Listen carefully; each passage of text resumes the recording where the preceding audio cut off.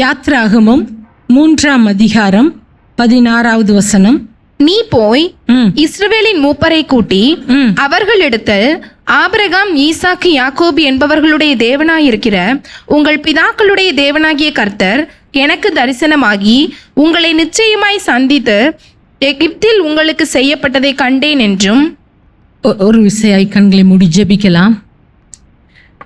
எங்களை நேசிக்கிறதான எங்கள் அன்பின் ஆண்டவரே, இந்த நாளில் நீர் எங்களோடு இடைப்படுவீராக. உம்முடைய வார்த்தை எங்கள் மத்தியில் கடந்து வரும்படியாக ஜெபிக்கிறோம். என்னை மறைத்து நீர் வெளிப்படுவீராக. உம்முடைய வார்த்தைகள் வெளிப்படட்டும். இயேசுவின் மூலம் பிதாவே, ஆமென். இந்த இதில் பார்த்தீங்கன்னா ஆண்டவர் மோசேட்ட சொல்கிறார் என்னன்னு பார்த்தீங்கன்னா, அந்த 3ஆம் அதிகாரம் துவக்கத்தில் அந்த முட்செடி தண்ணியில் ஆண்டவர் என்ன செய்கிறாரு, தோன்றார். முட்செடி நடுவில் ஆண்டவர் அக்கினி ஜுவாலையில் நின்று அவனுக்கு தரிசனமாகி பேசுகிறார். பேசும்போது தான் சொல்கிறாரு, நான் யாருடைய தேவன்? ஆபிரகாம், ஈசாக்கு, யாக்கோபு என்பவர்களுடைய தேவனாய் இருக்கிற உங்கள் பிதாக்களுடைய தேவனாகிய கர்த்தர் எனக்கு தரிசனமாகி உங்களை நிச்சயமாய் சந்தித்து. எப்படியா? நிச்சயமாய் சந்தித்து. சந்தித்துனா என்ன? பார்க்கறது.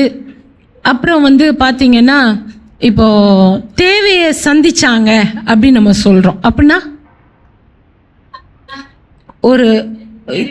ஒரு இடத்துல உள்ள வெறுமையை பூர்த்தி செய்யக்கூடியது, அப்புறம் விடுதலையாக்கக்கூடியது. அப்படி தானே? இப்போ ஒரு பிரச்சனையில் இருந்தாங்கன்னா அதில் ஒரு விடுதலை வரும்போது அவங்க என் தேவையை என்ன செஞ்சாங்க? சந்திச்சாங்க. அந்த நேரத்தில் என் உதவி அவங்ககிட்ட இருந்து வந்தது. அப்போ சந்திக்கிறதுங்கிறது ஆண்டவர் என்னை விடுதலையாக்குகிறது, எனக்கு உதவியாக இருக்கிறது, என்னை பார்த்து என்னுடைய தேவையை நிறைவேற்றுகிற ஒரு காரியத்தை தான் சொல்லப்பட்டு இருக்கிறது.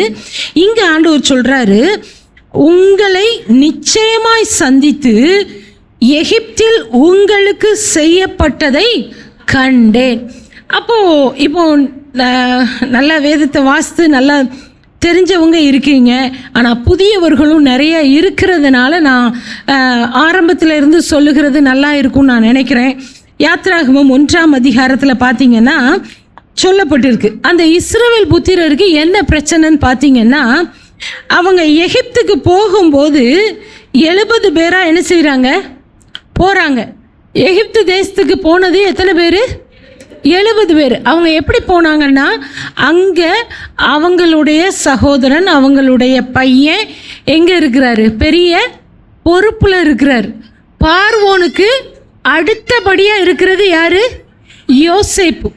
யோசேப்புடைய உத்தரவு இல்லாமல் யாரும் என்ன செய்யக்கூடாது? கையும் ஆட்டக்கூடாது, காலும் ஆட்டக்கூடாது. அவ்வளோ பெரிய பொறுப்பில் யோசேப்பு இருக்கிறாரு. இந்த சூழ்நிலையில தான் எல்லா பக்கமும் பஞ்சம். ஆனால் எகிப்தில் மட்டும் என்ன இல்லை? பஞ்சம் இல்லை. யார் அங்கே ஆட்சி பண்ணிட்டு இருக்கிறா? யோசேப்பு.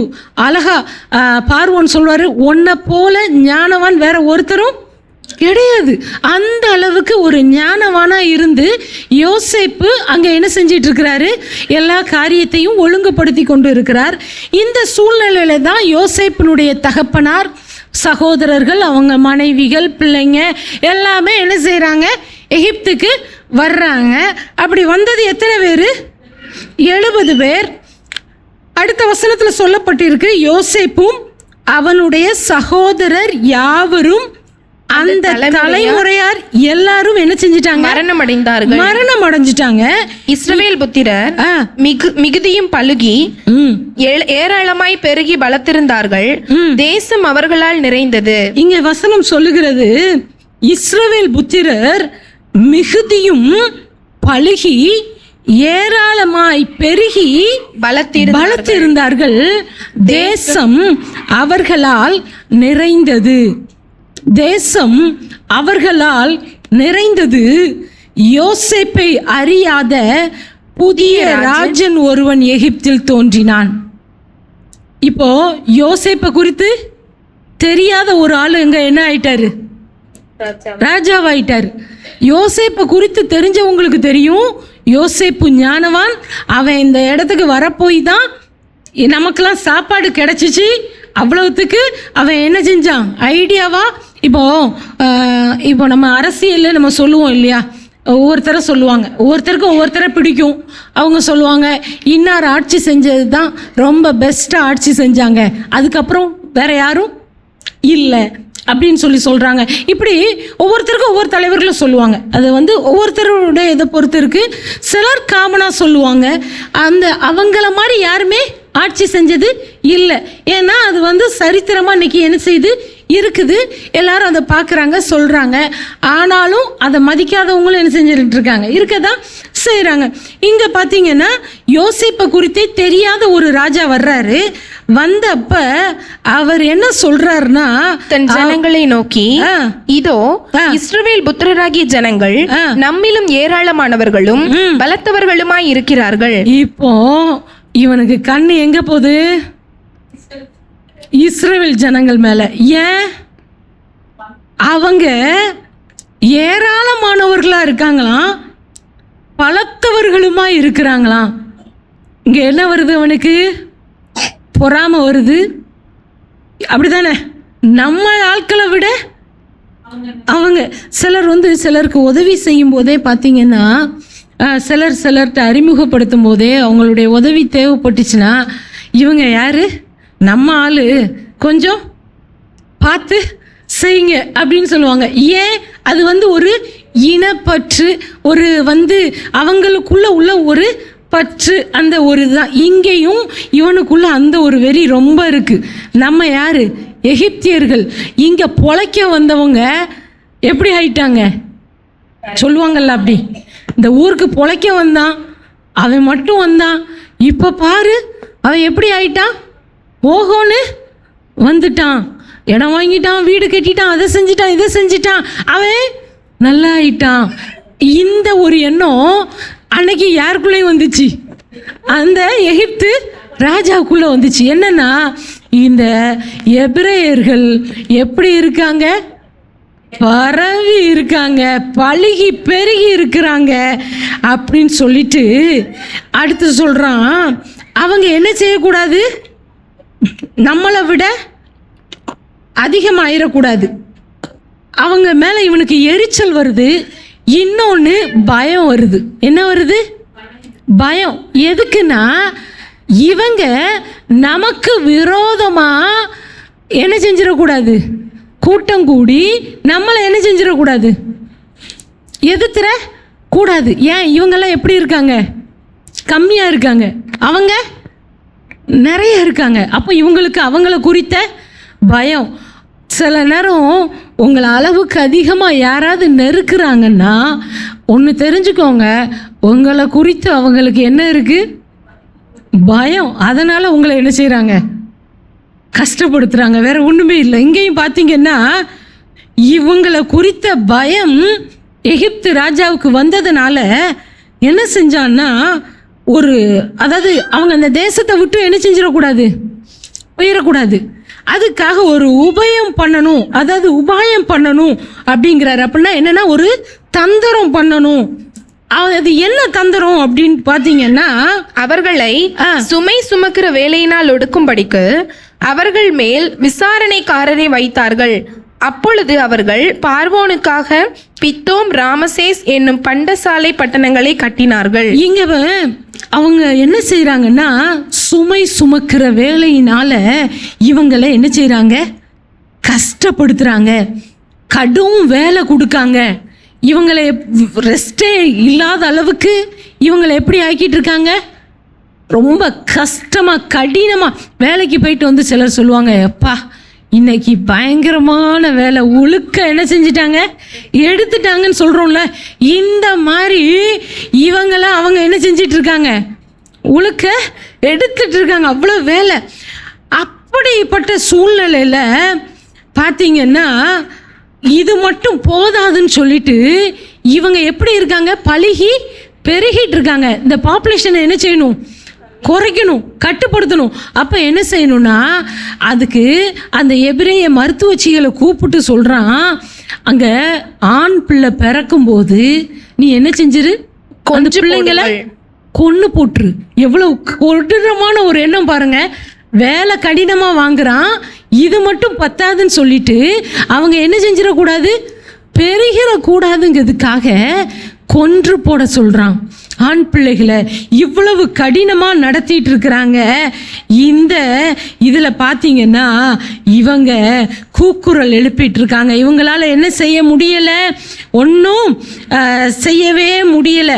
அந்த 23வது வசனத்தில் பார்த்தீங்கன்னா, சில காலம் சென்ற பின் எகிப்து ராஜா மரித்தான், இஸ்ரவேல் புத்திரர் அடிமைத்தனத்தினால் தவித்து முறையிட்டு கொண்டிருந்தார்கள். அவர்கள் அடிமைத்தனத்திலிருந்து முறையிடும் சத்தம் தேவ சந்நிதியில் எட்டினது. இவங்க அடிமைத்தனத்துல இருந்து முறையிடுகிற சத்தம் எங்க போய் எட்டிச்சு, தேவ சமூகத்தில் போய் எட்டிச்சு. இன்னைக்கு உங்களுக்கு இருக்க பிரச்சனையில் நீங்கள் முறையிட்டு இருக்கீங்களா? எனக்கு உள்ள பிரச்சனையை யார் மாற்ற போகிறா, என்னை யார் விடுதலையாக்க போகிறா, யார் எனக்கு ஒத்தாசையாக வரப்போகிறா அப்படின்னு சொல்லிட்டு இருக்கீங்களா? உங்களுக்காக தேவன் அவர் உங்களுடைய முறையிடுதலின் சத்தத்தை கேட்டுக்கொண்டு இருக்கிறார். இங்கே வசனம் சொல்லுகிறது, இஸ்ரவேல் புத்திரருடைய முறையிடுதலை, அவர்களுடைய கூக்குறுதலை, அவங்களுடைய கஷ்டத்தை அது தேவன் பார்த்தார். அதை பார்த்து தான் சந்திக்கும்படி தேவன் இறங்கினார். அதை தான் சொல்றாரு, நான் அவங்களுக்காக என்ன செஞ்சிருக்கிறேன், இறங்கி இருக்கிறேன். அந்த 4ஆம் அதிகாரம் 31வது வசனத்துல பாத்தீங்கன்னா, ஜனங்கள் விசுவாசித்தார்கள், கர்த்தர் இஸ்ரவேல் புத்திரரை சந்தித்தார் என்றும் அவர்கள் படும் உபத்திரவங்களை கண்ணோக்கி பார்த்தார் என்றும் அவர்கள் கேட்டபோது தலை குனிந்து தொழுது கொண்டார்கள். இங்கே ஜனங்கள் எல்லாரும் என்ன செஞ்சாங்களாம், விசுவாசித்தார்கள். எதை விசுவாசித்தாங்க, கர்த்தர் சந்தித்தார் என்று மோசே சொன்ன அந்த வார்த்தையை விசுவாசித்தார்கள். மோசேயும் ஆரோனும் சொன்ன அந்த வார்த்தையை விசுவாசித்தாங்க. அவங்களுக்கு எப்படி நடக்கும்ட்டும் தெரியாது, என்ன நடக்கும்ட்டும் தெரியாது. ஆனால் இவங்க சொல்றாங்க, ஆபிரகாம், ஈசாக்கு, யாக்கோபின் தேவன் என்ன செஞ்சாரு, சந்தித்தார். உங்களை சந்திப்பேன்னு என்ன செஞ்சிருக்கிறாரு சொல்றாரு, எல்லாம் சொல்றாங்க. சொல்லும் பொழுது அப்படியே இவர்கள் விசுவாசித்தார்கள். கர்த்தர் இஸ்ரவேல் புத்திரரை சந்தித்தார் என்றும் அவர்கள் படும் உபத்திரவங்களை கண்ணோக்கி பார்த்தார் என்றும் அவர்கள் கேட்ட பொழுது தலை குனிந்து தொழுது கொண்டார்கள். எவ்வளவு பெரிய அவங்களால அந்த வார்த்தைக்கு ஆண்டவருக்கு முன்பதாக தங்களை முற்றிலுமா என்ன செஞ்சிட்டாங்க, தாழ்த்துறாங்க, அர்ப்பணிக்கிறாங்க, அந்த வார்த்தையை விசுவாசிக்கிறாங்க. இங்கே அவங்களுக்கு என்ன நடக்கும்ட்டே தெரியாது, எப்படி நடக்கும்னு தெரியாது. விசுவாசித்தார்கள், அவருடைய வார்த்தைக்கு முன்பதாக தங்களை அர்ப்பணித்தார்கள். 5வது அதிகாரத்தில் சொல்லப்பட்டு இருக்கிறது, மோசேயும் ஆரோனும் பார்வோனிடத்துல போய், இஸ்ரவேலின் தேவனாகிய கர்த்தர் வனாந்தரத்திலே எனக்கு பண்டிகை கொண்டாடும்படி என் ஜனங்களை போகவிட வேண்டும் என்று சொல்லுகிறார் என்றார்கள். அதற்கு பார்வோன் சொன்னா, நான் இஸ்ரவேலை போகவிட கர்த்தரின் வார்த்தையை கேட்கிறதற்கு அவர் யார்? நான் கர்த்தரை அறியேன், நான் இஸ்ரவேலை போக விடுவதில்லை. ஒருவேளை ஆண்டவர் யாருன்ட்டு கூட தெரியலன்னு அவன் இப்போ நிந்திக்கிறது யாரை நிந்திக்கிறான்? கர்த்தரை தான் நிந்திக்கிறான். அந்த கர்த்தர் யாரு, எனக்கு அவரை தெரியாது அப்படின்னு சொல்றான். இந்த சூழ்நிலை தான். இந்த சூழ்நிலையில் இவங்க சொல்றாங்க, எபிரேயருடைய தேவன் எங்களை சந்தித்தார், நாங்களும் வனாந்தரத்தில் 3 நாள் பிரயாணம் போய் எங்கள் தேவனாகிய கர்த்தருக்கு பலியிடும்படி போக வேண்டும், போகாதிருந்தால் அவர் கொள்ளை நோயும் பட்டயமும் எங்கள் மேல் வர பண்ணுவார்னு சொன்னாங்க. அவங்க சொன்னது என்ன சொன்னாங்க, கொள்ளை நோயும் பட்டயமும் எங்க மேல வரும்னு சொன்னாங்க. ஆனா நம்ம அதில் வாசித்து தியானித்தோமானால் கொள்ளை நோயும் பட்டயமும் இவங்க மேல வரல, அந்த எகிப்து தேசத்தின் மேலே வந்தது, அந்த பார்வோனின் மேலே வந்தது.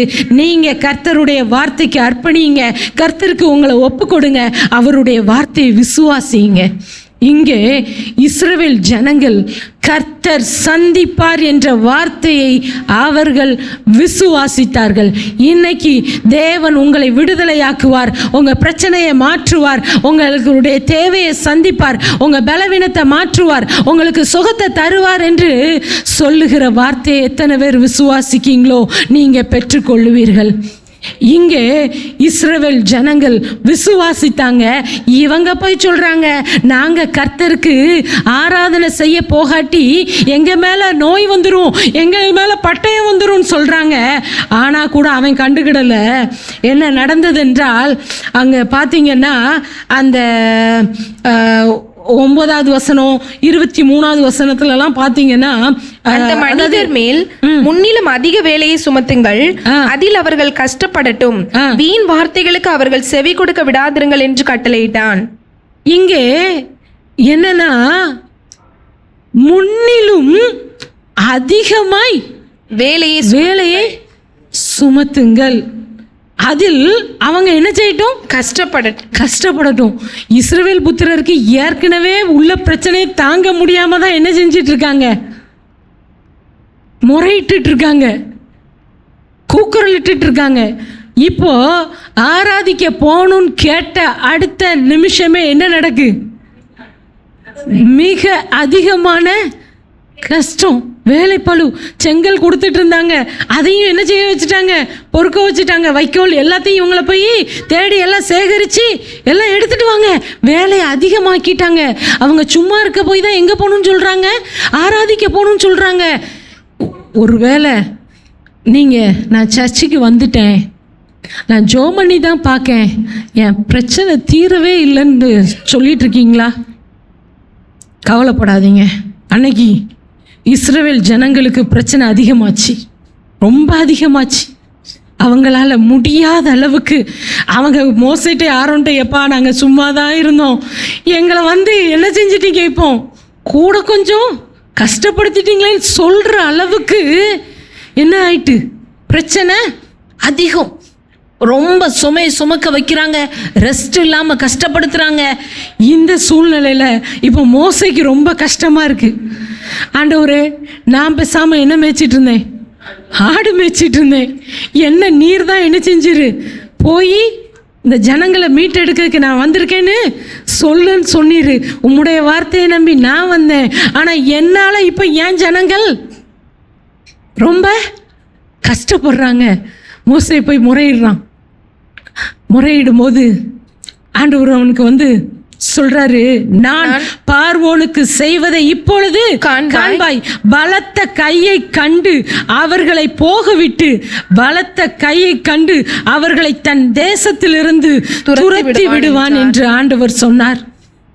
கர்த்தர் சொன்னதை நிறைவேற்றுறாரு. என்னன்னா, பார்வோனுடைய இருதயம் பார்த்தீங்கன்னா கடினமாகுது. அதில் வந்து இந்த 6ஆம் அதிகாரம் 1-3 வரைக்கும் உள்ள வசனத்தில் பார்த்தீங்கன்னா ஆண்டவர் சொல்கிறாரு, எப்பா நான் இது வரைக்கும் சர்வ வல்லமை உள்ள தேவனாக நான் என்ன செஞ்சேன், வெளிப்பட்டேன். ஆபிரகாமுக்கு, ஈசாக்கு, யாக்கோபுக்கு நான் சர்வ வல்லமை உள்ள தேவன் சொன்னார். ஆனால் இங்கே சொல்கிறாரு, நான் யெகோவா. யாரு? யெகோவா. இது வரைக்கும் அவங்க அந்த நாமத்தை என்ன செய்யலை, அறியவில்லை. அறியாத ஒரு நாமத்தில் வெளிப்படுகிறார். இப்போ நான் வேக வேகமாக சொல்லிட்டு போகிறேன், ஏன்னா இன்னும் 1/2 மணி நேரம் இருக்குது, அதுக்குள்ளே நான் எல்லாத்தையும் முடிக்கணும். அதனால் இருப்பிடத்தை நான் பொதுவாக சொல்கிறேன், நீங்கள் எழுதி வேணால் வச்சுக்கோங்க, வீட்டில் போய் நீங்கள் தியானிச்சுக்கோங்க. கர்த்தர் வந்து சொல்கிறாரு, நான் யெகோவாவா இனி என்ன செய்ய போகிறேன், வெளிப்பட போகிறேங்கிறத சொல்லிட்டாரு. யாத்ராகமம் 7ஆம் அதிகாரம் 14 24 வரைக்கும் உள்ள வசனத்தில் பார்த்தீங்கன்னா, தண்ணீர் இரத்தமாக என்ன செஞ்சிச்சு, மாறிற்று. எகிப்தில் தண்ணி குடிக்கிறதுக்கு இல்லை, ரத்தமாக இருக்க தண்ணியை யாராவது குடிக்க முடியுமா? இவங்க சொன்னாங்க, நாங்கள் கர்த்தரை ஆராதிக்க போகாட்டி எங்களுக்கு கொள்ளை நோய் வரும், பட்டயம் வரும்னு சொல்கிறாங்க. இப்போ கர்த்தரை ஆராதிக்க ஜனங்களை பார்வோன் விடலை. எங்கே வருது பிரச்சனை? எகிப்துக்கு வருது. தண்ணி இரத்தமாய் மாறியது, எல்லாம் குடிக்க முடியல. அடுத்து உடனே அவன் அதுலேயும் சும்மா இருக்கல, மந்திரவாதியை கூப்பிட்டு நீங்கள் செய்யுங்க பார்ப்போம். அவங்க செஞ்சாங்க. ஆனால் அந்த நான் 2 இதுலையும் பார்த்தேன், அவங்களால செய்ய முடிஞ்சிச்சு. ஆனால் ரத்தமாக மாறின தண்ணியை மாற்ற முடியலை. அடுத்து பார்த்தீங்கன்னா அந்த 8ஆம் அதிகாரம் 2லிருந்து 14 வரைக்கும் பார்த்தீங்கன்னா தவளை, என்னது தவளை, தவளை பயங்கரமாக வீட்டுக்குள்ளே எல்லா பக்கமும் என்ன செஞ்சிருது, கட்டில் போய் படுத்தா அங்கேயும் தவளை, எங்கே போனாலும் என்னது தவளையை பார்த்தா நம்ம சும்மா இருக்க முடியுமா? அது எப்படிப்பட்டது அருவருப்பு. அப்படிப்பட்ட ஒரு அருவருப்பு வந்துச்சு. அந்த அருவருப்பு வந்த உடனே அப்பவும் மந்திரவாதிகள் செஞ்சாங்க. அப்பவும் என்ன செஞ்சாங்க, தவளையை வர வச்சாங்க. ஆனால் போக வைக்க முடியல. அப்போ என்ன நடந்தது தெரியுமா? மோசே தான் ஆண்டவர்கிட்ட போய் கெஞ்சுறான், ஆண்டவரே இந்த தவளை வாதையை என்ன செய்யும், மாற்றும். அவங்க ஜெபம் பண்ணா அங்கே விடுதலை நடந்துச்சு. தவளை எல்லாம் என்ன செஞ்சிருச்சு, செத்து கூவியெல்லாம் என்ன செஞ்சாங்க, கூவிச்சாங்க. அது நாத்தம் பெருசாக இருந்துச்சுன்ட்டு வசனம் சொல்லுகிறது. அப்போது அங்கே தவளை இருந்துச்சு. அதுலேயும் அவன் என்ன செய்யலை, மாறலை. இருதயம் இன்னும் கடினப்பட்டுட்டே தான் இருக்குது.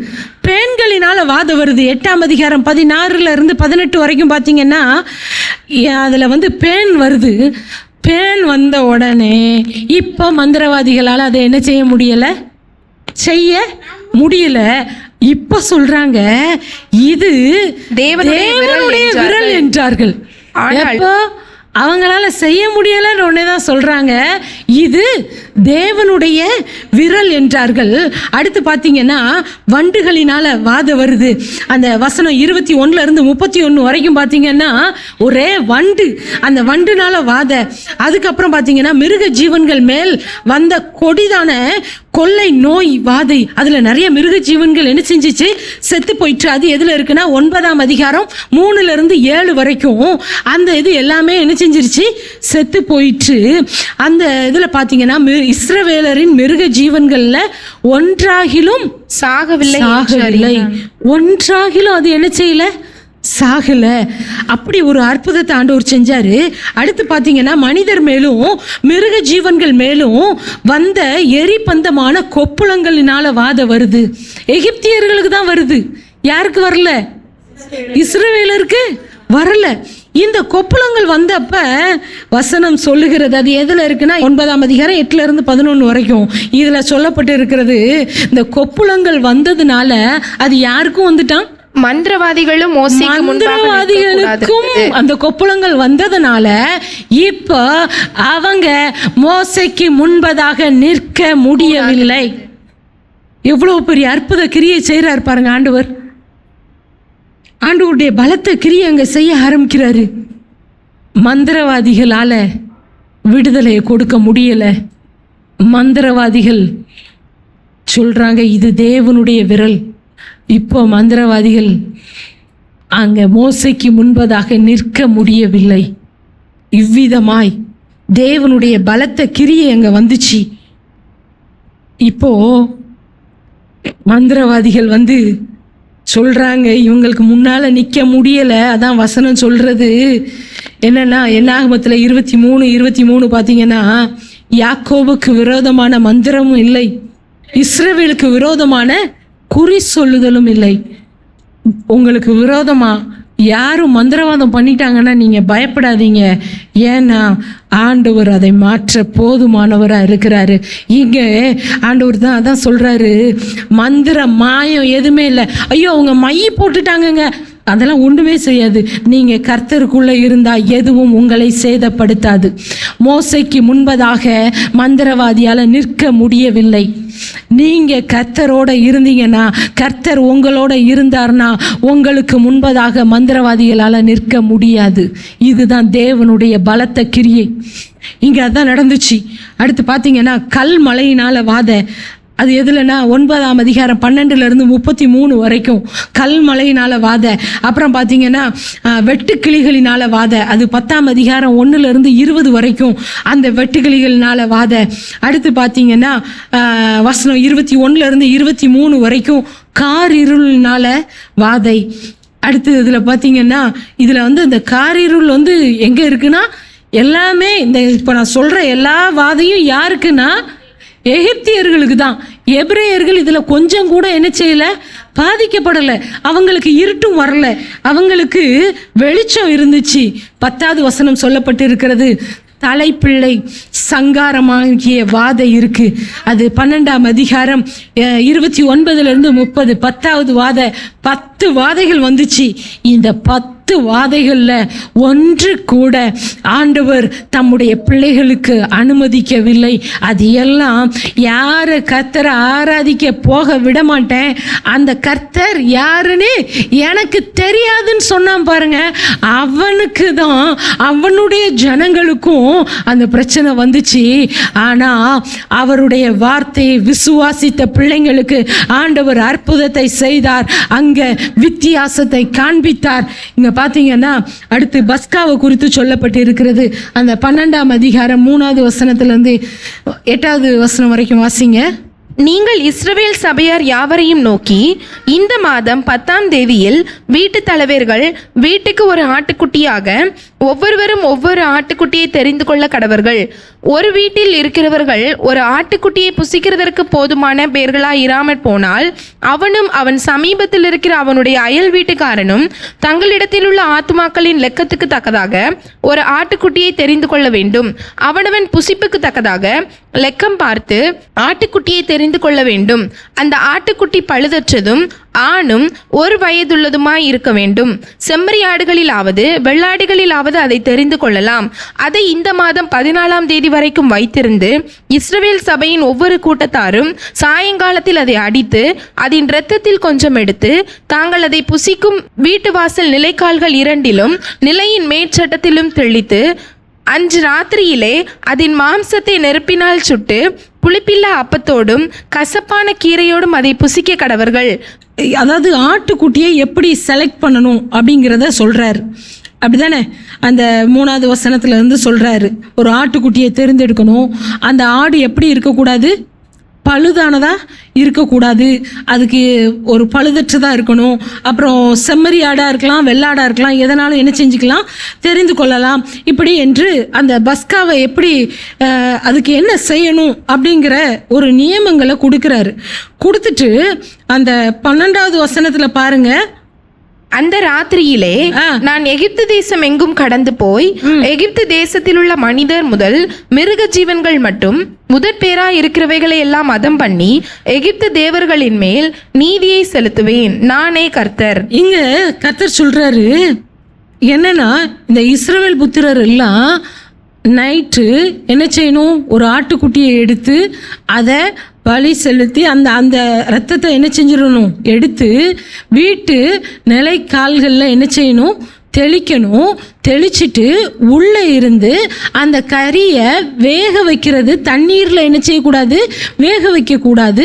அதை என்ன செய்யணும், சுடணும். அப்படி எல்லா விவரமே சொல்கிறாரு. அப்படி செய்யும்போது எப்படி இருந்து சாப்பிட்ணும், அது எப்படி இருக்கணும், எல்லாமே சொல்கிறாரு.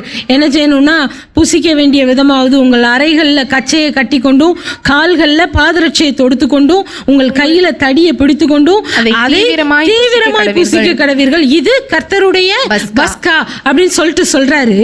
என்னன்னா, அந்த அதுக்கு அடுத்த வசனத்துல தான் சொல்றாரு, அன்னைக்கு ராத்திரியில நான் என்ன செய்வேன், எகிப்து தேசம் முழுவதும் போய் எந்த வீட்டு வாசல்ல ரத்தம் இல்லையோ அந்த வீட்டுல உள்ள தலைப்பிள்ளை தலைத்து எல்லாமே மிருக ஜீவன்ல இருந்து எல்லாத்துலயுமே ஈத்து என்ன செய்யப்படும், முதல் பிள்ளை என்ன செய்யப்படும், சங்காரம் பண்ணப்படும், அதம் பண்ணப்படும். அதாவது அவங்கள இறந்து போயிடுவாங்கங்கிற இதை தான் சொல்றாரு.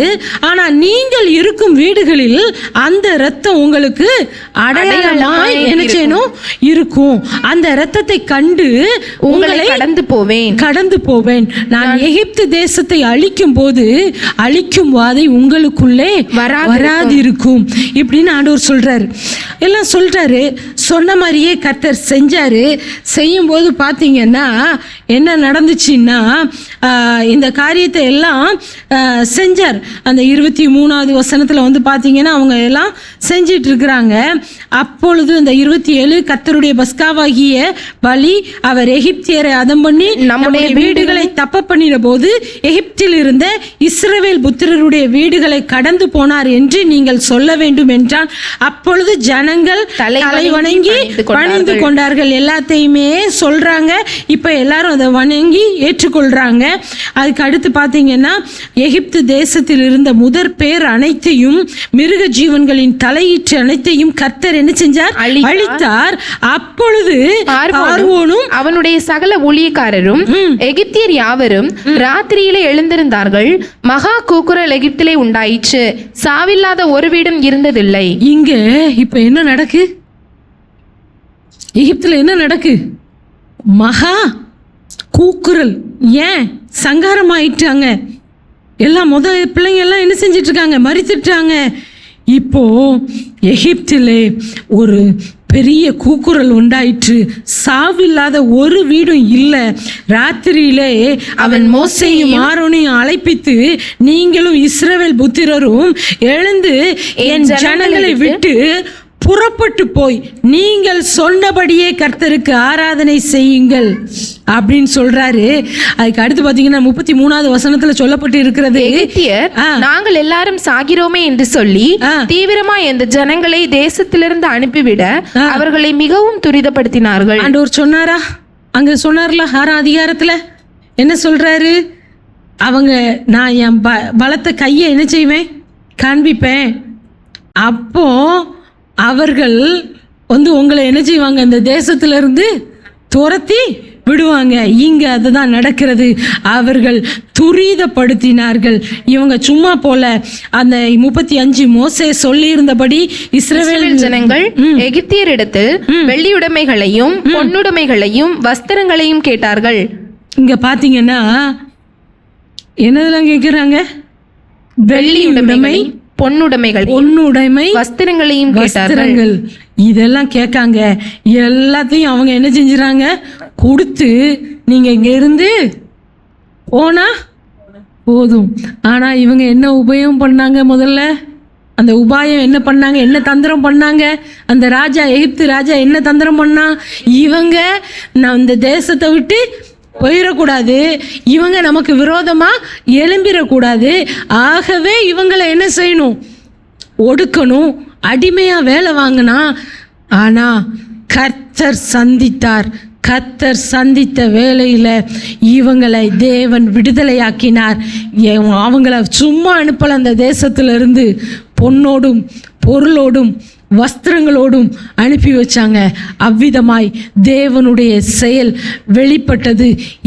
எப்படி அன்றைக்கு இஸ்ரவேல் ஜனங்களுக்கு அந்த ஆட்டுக்குட்டியை பலி செலுத்தி மீட்டு எடுத்தாங்களோ, அது போல நமக்காக இயேசு கிறிஸ்து என்ன செஞ்சிருக்கிறாரு? பலியாயிருக்கிறாரு. இயேசு கிறிஸ்து பலியாயிருக்கிறார். அவர் நமக்காக இரத்தம் சிந்தி மீட்டு எடுத்திருக்கிறாரு. லூக்கா 1ஆம் அதிகாரம் 74 அந்த வசனத்தை வாசிங்க. தமது ஜனத்தை சந்தித்து மீட்டு கொண்டு நம்முடைய சத்துருக்களினின்றும் நம்மை பகைக்கிற யாவருடைய கைகளினின்றும் நம்மை ரட்சிக்கும்படிக்கு தம்முடைய தாசனாகிய தாவீதின் வம்சத்திலே நமக்கு இரட்சணிய கொம்பை ஏற்படுத்தினார். இங்கே சகரியா சொல்றாரு, தமது ஜனத்தை சந்தித்து மீட்டு கொண்டு நம்முடைய சத்துருக்களினின்றும் நம்மை ரட்சிக்கும்படிக்கு தம்முடைய தாசனாகிய தாவீதின் வம்சத்திலே நமக்கு ஒரு இரட்சணிய கொம்பை ஏற்படுத்தினார். கொம்பு அப்படிங்கிறது என்னத்தை குறிக்கும்? பலத்தை குறிக்கும். என்னது? பலத்தை குறிக்கும். கொம்பு என்னது? பலம்.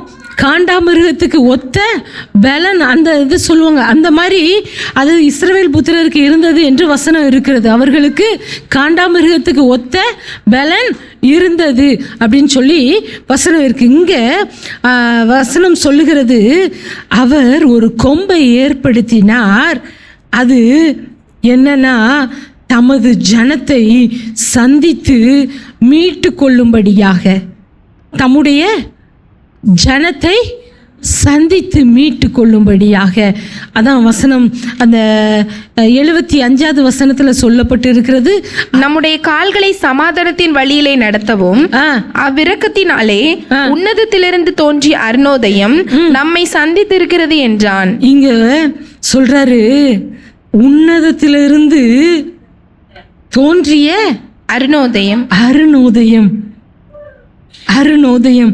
அதாவது நம் தேவனின் அன்பான இரக்கத்தால பரலோகத்திலிருந்து புது நாள் ஒன்று நம் மீது பிரகாசிக்கும். இருளில் மரண பயத்திடையே வாழும் மக்களுக்கு தேவன் உதவி செய்வார். சமாதானத்தை நோக்கி அவர் நம்மை வழி நடத்துவார். இருளில் இருக்கிற ஜனங்கள் பெரிய வெளிச்சத்தை கண்டார்கள். அதாவது மரண பயத்தில் இருக்கிறவங்க, இருளில் இருக்கிற ஜனங்களை விடுவிக்கும்படியாக ஒரு அருணோதயம் நமக்காக தோன்றினது. அந்த அருணோதயம் தான் இயேசு.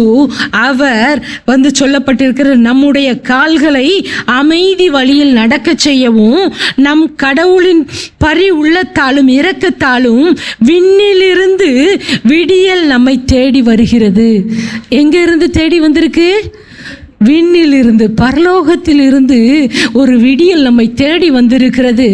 அது என்ன செய்யும்னா, நம்மளை மரண பயத்திலிருந்து, நம்முடைய சத்துருக்களில் இருந்து நம்மை விடுவிக்கும்படியாக அவர் வந்திருக்கிறார். அதான் யோவான் 1ஆம் அதிகாரம் 29வது வசனத்தை பாருங்க. யோவான் 1:29. மறுநாளிலே யோவான் இயேசுவை தன்னிடத்தில் வர கண்டு, இதோ உலகத்தின் பாவத்தை சுமந்து தீர்க்கிற தேவ ஆட்டுக்குட்டி. இயேசுவை குறித்து இவர் சொல்றாரு, உலகத்தின் பாவத்தை சுமந்து தீர்க்கிற தேவ ஆட்டுக்குட்டி. இதோ கடவுளின் ஆட்டுக்குட்டி, ஆட்டுக்குட்டியாம் இவரே உலகத்தின் பாவத்தை போக்குபவர். அவர் உலகத்தின் பாவத்தை போக்கும்படியாக.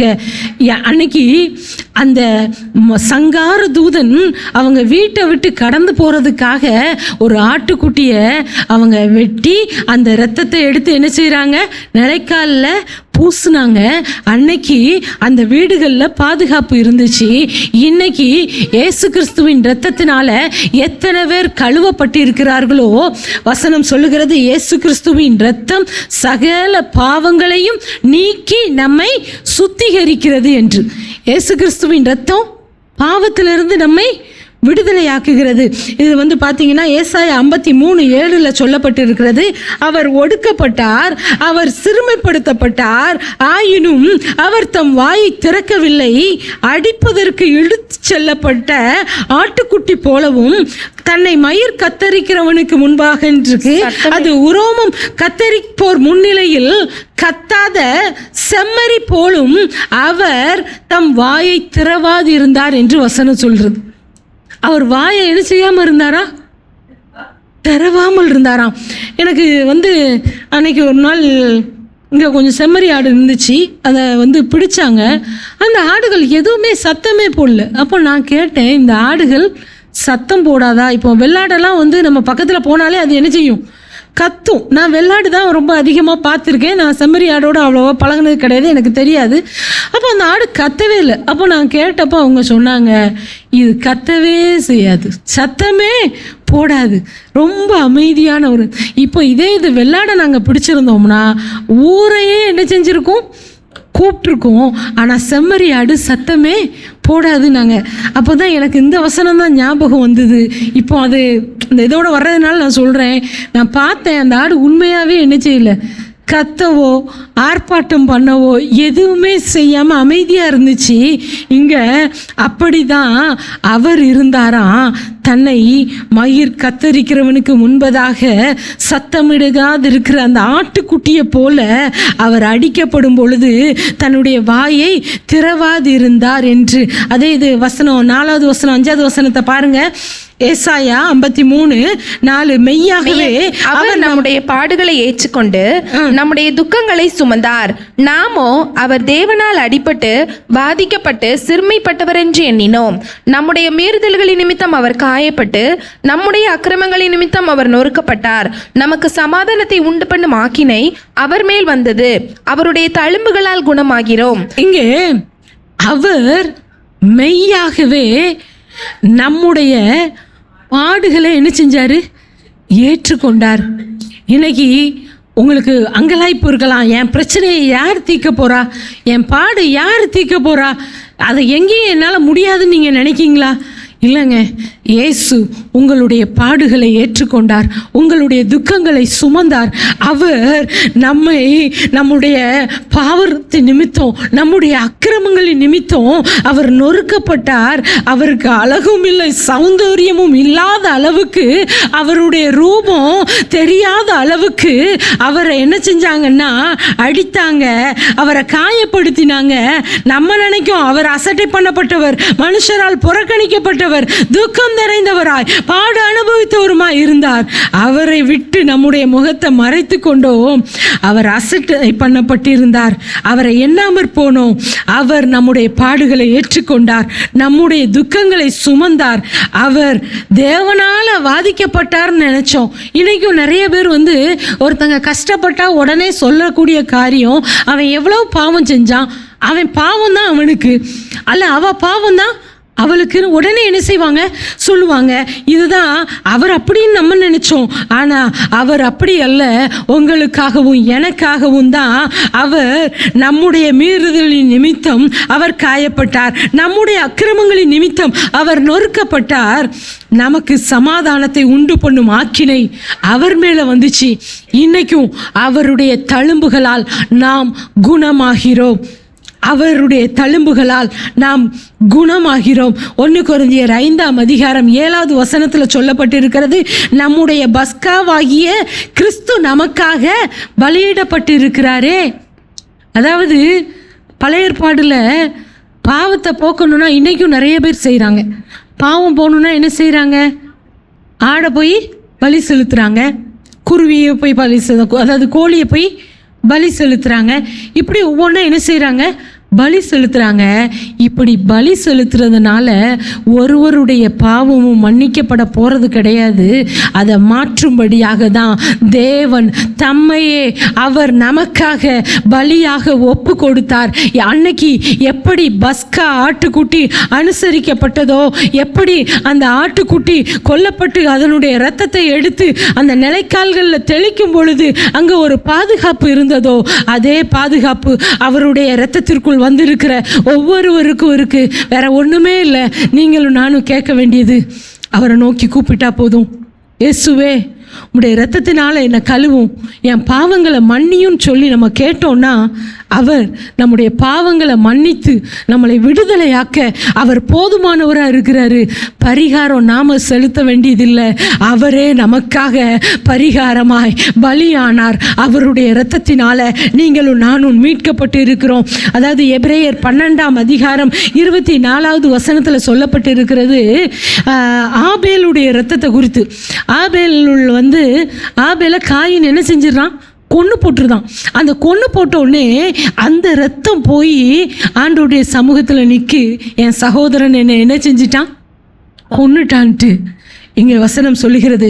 புது உடன்படிக்கையின் மத்தியஸ்தராகிய இயேசுவின் இடத்திற்கும் ஆபேலினுடைய இரத்தம் பேசினதை பார்க்கிலும் நன்மையானவைகளை பேசுகிற இரத்தமாகிய தெளிக்கப்படும் இரத்தத்தின் இடத்திற்கும் வந்து சேர்ந்தீர்கள்.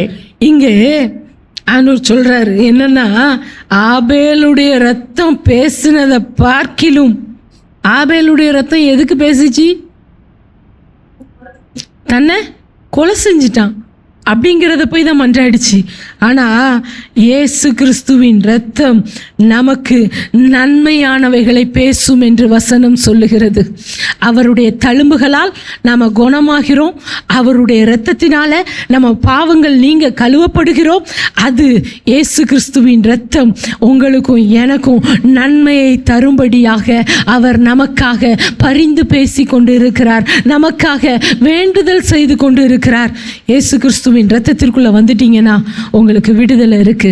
ஒரு ஆட்டுக்குட்டி இரத்தத்துக்கே ஒரு அழிவு இல்லாமல் ஒரு மீட்பு இருக்குமே, ஆனால் உங்களுக்காகவும் எனக்காகவும் அவர் தன்னுடைய சொந்த இரத்தத்தையே சிந்தி மீட்டெடுத்தார். அந்த மரித்த இயேசு அப்படி மரித்து போகல, அவர் 3ஆம் நாள் உயிர் தெழுந்தார்.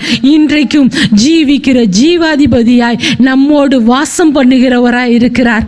இந்த அருணோதயம் தாங்க, அவர் தான் அருணோதயமா நமக்கு வந்திருக்கிறாரு. அதான் 1 யோவான்ல இருக்கு, அவருடைய இரத்தம் சகல பாவங்களையும் நீக்கி நம்மை சுத்திகரிக்கிறதற்கு போதுமானதா இருக்கிறது. இந்த நாளில் தேவனுடைய சமூகத்தில் முழங்கால் படிக்கிட்டு நம்ம ஜெபிக்க போகிறோம். ஆண்டவரே, உங்களுடைய இரத்தத்தினால எங்களுக்கு மீட்பு இருக்கு. அன்றைக்கு இஸ்ரவேல் புத்திரரை தேவன் சந்திக்கும் பொழுது, ஒருவேளை நீங்கள் ஆண்டவர்கிட்ட நான் வந்துட்டேன், எனக்கு போராட்டம் ஜாஸ்தியாக இருக்குது, எனக்கு பிரச்சனை ஜாஸ்தியாக இருக்குன்னு சொல்லி வருத்தத்தோடு இருக்கீங்களா?